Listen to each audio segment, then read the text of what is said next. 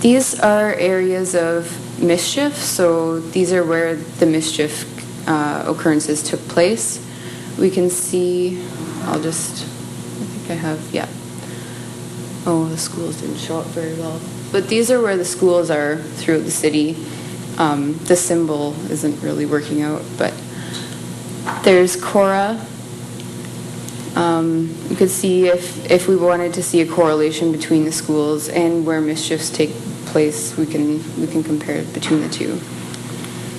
And these are the locations of youth offenders who committed acts of mischief. And we could see that there's not really a large correlation between certain areas of town. We noticed that over the years, the youth offender locations of mischief changed quite a bit.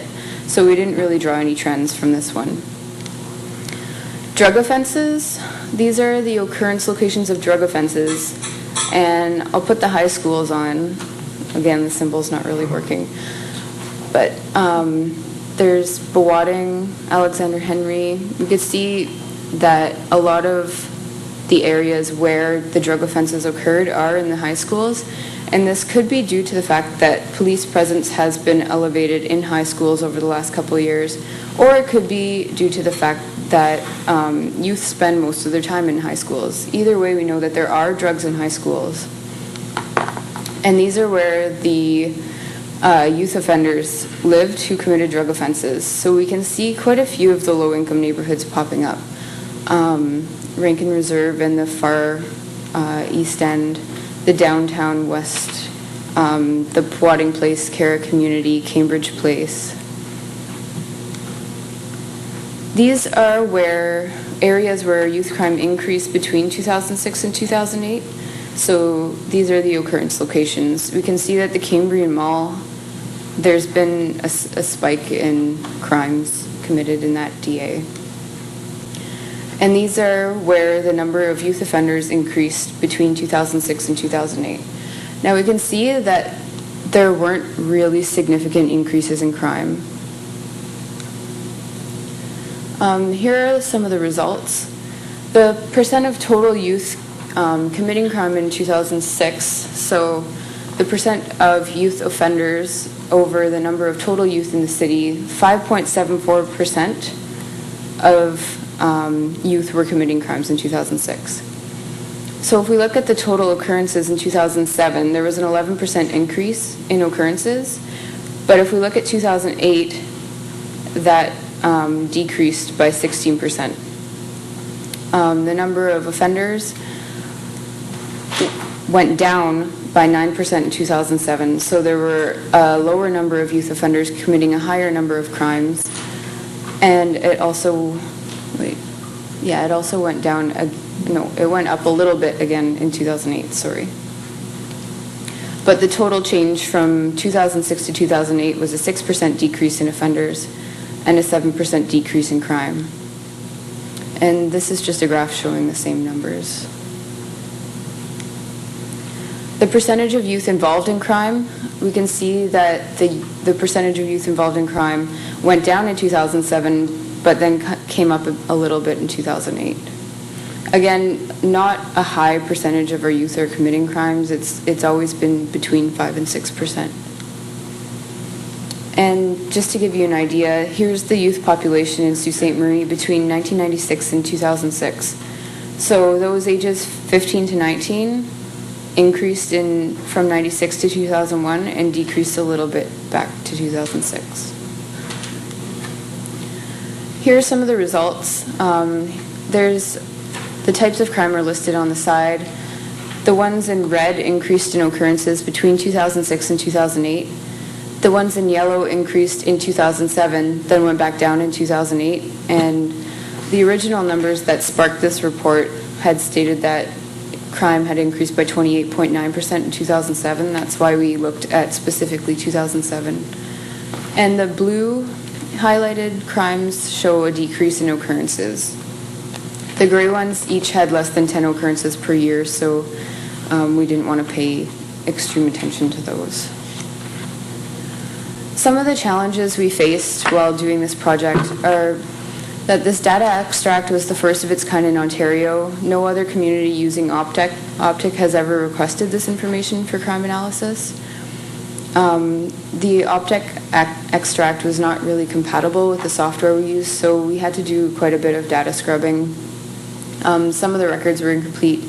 A unique ID field was missing, and we had to generate our own based on other fields. Communities report crime differently and have different policing strategies, so it's really difficult to compare between communities. All we can really do is track our own youth crime and see how we're doing compared to other years. So in summary, there is not a 28.9% increase in youth offenders from 2006 to 2007. The amount of youth crime fluctuates. There was an 11% increase in 2007, followed by a 16% decrease in 2008. The amount of youth crime was not extreme and was committed by few individuals.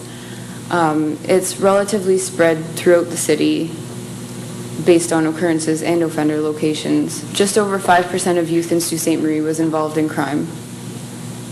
Certain types of crime were concentrated near schools. This could be due to the increase in policing in the schools over the past few years, or because youth spend most of their time at school. Youth crime was generally higher in low-income neighborhoods, and low-income neighborhoods also have slightly higher number of youth offenders. Some of the suggestions that were made by community social organizations that we've met with over this project are listed here. I'll just read them.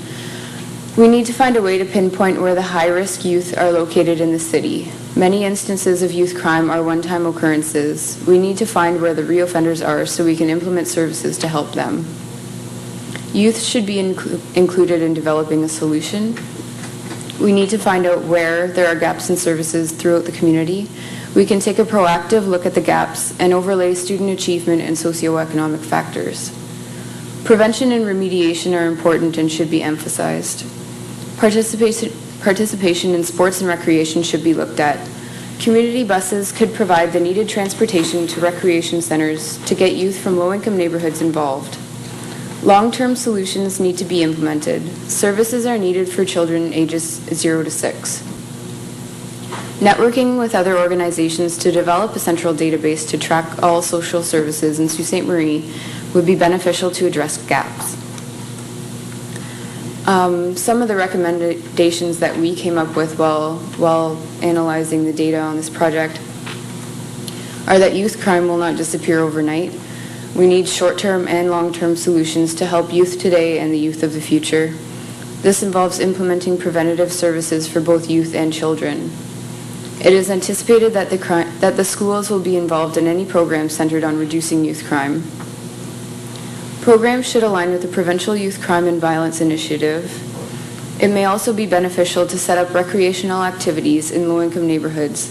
In prior analyses done by the Community Geomatics Center, these neighborhoods have shown a much lower participation rate in sports and recreation. This may be due to a lack of transportation methods to travel to recreation centers. And our last recommendation is to review the process of collecting and analyzing crime data in the Municipal Performance Report. Some of the next steps. The committee can go to the Government of Ontario for funding from the Youth Crime and Violence Initiative, which provides grants to police and community agency partnerships for programs to prevent and decrease youth crime. The committee can evaluate service programs, including gaps in services and duplication.